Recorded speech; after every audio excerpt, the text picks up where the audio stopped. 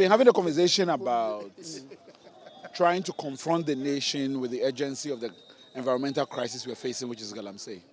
Now, it's a conversation that, as we know, within the past few weeks, several organized labor, several professional bodies have spoken up against and are demanding action on. We're in a critical election year. Our focus is to ensure that young people are represented in the conversation which concerns their future, that they become agents of a policy conversation that shifts the attention of electorates to the real issues that we are facing. Our intention is the only way in which we can do that is to mobilize young people to feel a sense of ownership in this democracy. This is what all this is about.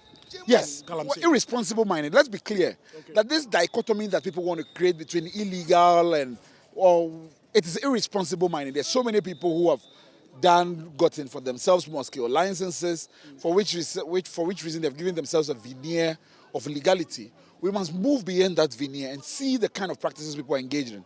In fact, the Auditor General's report tells us that the EPA itself does not have what it takes to be able to protect our environment. That is serious. So why are we continuing to give licenses to people when we can't protect the environment at the same time?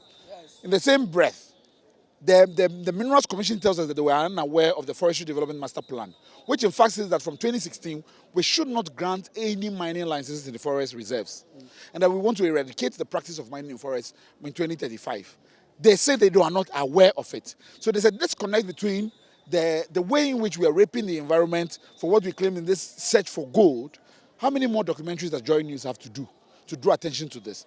There's a point where when the attention is brought to the issue, the young people mobilize to demand significant action. This is what we are doing, drawing the attention of critical mass of Ghanaians to it. And it's a big question. What are we hoping to change? We are hoping that there's urgent action from those who we have elected to do so. Now, if we have spoken up, those who own our democracy, stand up to demand this action, and we have grown a sense of pessimism about the capacity of those who have put it in place to lead that process not to do that. But what does it tell we as Ghanaians? So it is a bigger message for us to contemplate on about that when we speak up and demand this action, when our professional bodies are speaking, and we feel that it's not changing, what does it say about our democracy? So for us, that's a question that we ought to answer. And what does it mean that we ought to do more? What should we do differently? That, I think, is the conversation we want to have. It's so strange that we live in a republic, how many years now, that we claim to have moved from the years of the military era, that the entirety of policing, that the physiognomy of how your police institutions are set up, are still caught up in this regime protection mentality.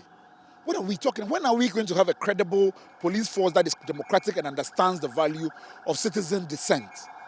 We have elected for ourselves people who have used the security forces rather than advance the ends of our democracy, rather to protect themselves and make these people stooges. Citizens want to speak. Face the country have consistently organized demonstrations here in this country. Consistently, they have obtained injunctions against us.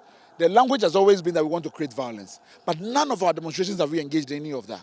So at which point that we continue to believe them, and even in terms of how we report what the police say, at some point we should tear it up and use them as toilet paper. Because it is ludicrous, some of the things that are saying. And if we are strong in the protection of our constitution and democratic rights, sometimes we would even black out the police and will not cover them again, because they are no longer a credible voice in how we move our democracy forward.